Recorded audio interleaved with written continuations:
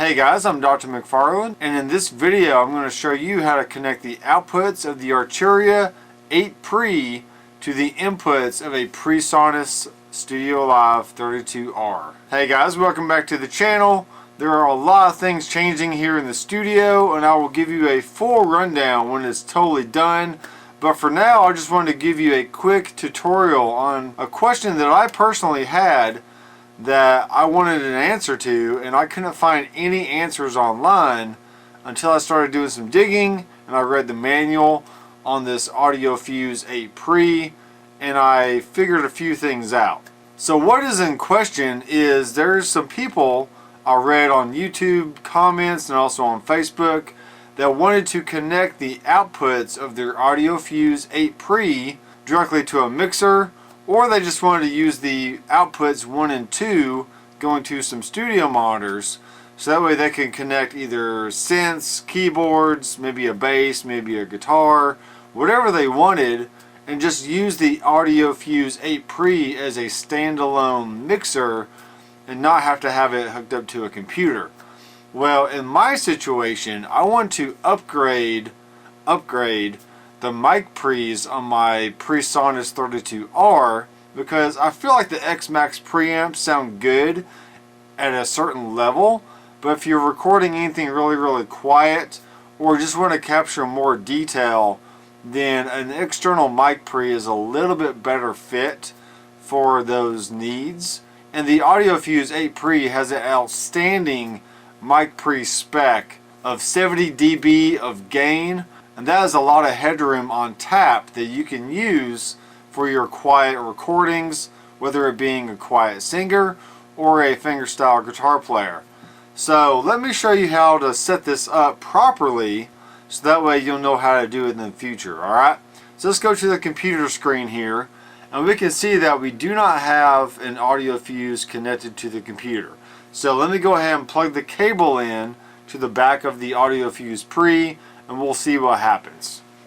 Alright, you can see right away that when I connected the Audiofuse 8pre, it connects to the Audiofuse Control Center. Now this is the software that you can assign all the ins and outs of your device, and you can use this as an audio interface, but I feel like for my needs, I like the PreSonus a lot better because it has built-in EQ compression on every channel, and it also has the ability to send and route audio from any input to any output, whether that's analog or USB. So I can do a lot of routing from the computer back into my DAW or into my screen capture software or whatever I want, and I'm not really limited on what I can do. I really like the Audiofuse 8pre just for the preamps, but not so much for the control center itself. So if you look down here on the analog outputs and you click on the little speech icon, let's go to 7 and 8 right here, because this is where I currently have an input signal plugged in. So if you click on this, we can send out a Q mix. We can have whatever Q mix we create.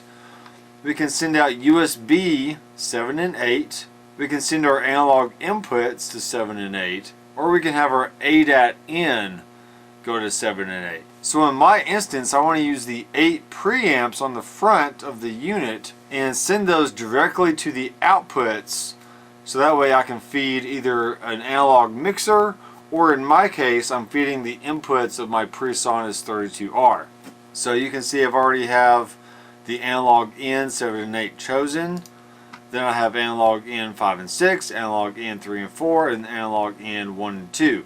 Now I'm going to have to go online and get the right cables for this, just so I make all the right connections to the ins and outs. But just for now, I'm going to show you, I'm going to play some guitar here. And also, if you look on the Audiofuse screen, we are set to USB mode. Okay, this is only going to work if you're in USB. If you're set to ADAT, you can't assign your inputs to the outputs like you can in USB mode, okay?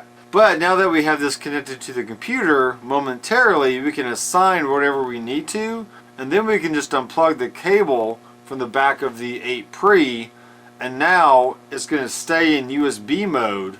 Even though the light's going to blink, it's not going to get out of USB mode. It's going to stay in there until we tell it otherwise. Okay?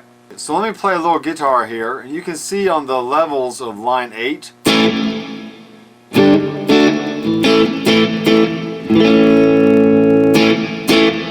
Alright, let me turn down the Mcfarland.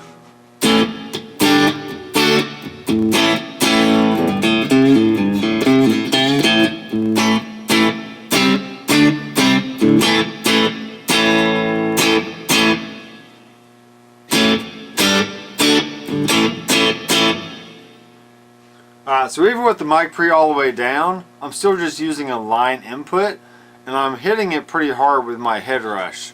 So if I turn the head rush down even more, let's just turn it down all the way. Now I'm not getting any signal at all, so let me turn that back up.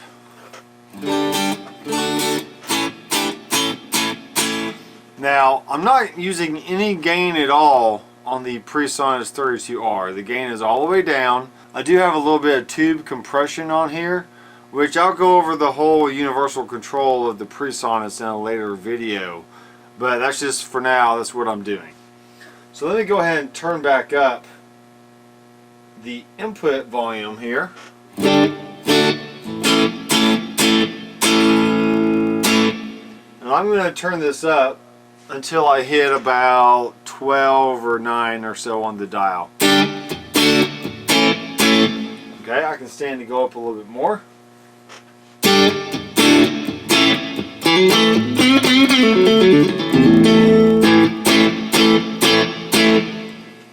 And let's go up a little bit more.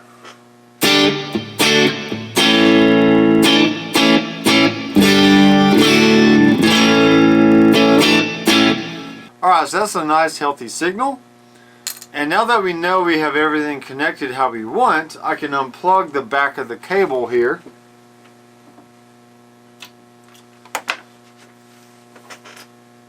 And now you can see on the far right side of the unit that the USB LED is blinking now, which just means it's not connected to a computer, but it's still in USB mode.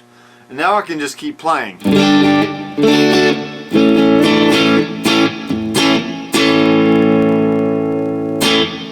Alright, so I hope that helps you guys out there that had the question of, can I use the Audiofuse 8pre as a standalone mixer or a standalone Mcfarland that I then can send out to an analog desk or another audio interface to replace the internal preamps with the pre's from the Audiofuse 8pre. So I hope this video is helpful. If you have any questions, feel free to leave a comment down below. And I do have a Facebook group called Arturia Audio Interfaces. And I'll leave a link down in the description. But in the meantime, I'm Dr. Mcfarland. I will see you in the next video. Keep rocking.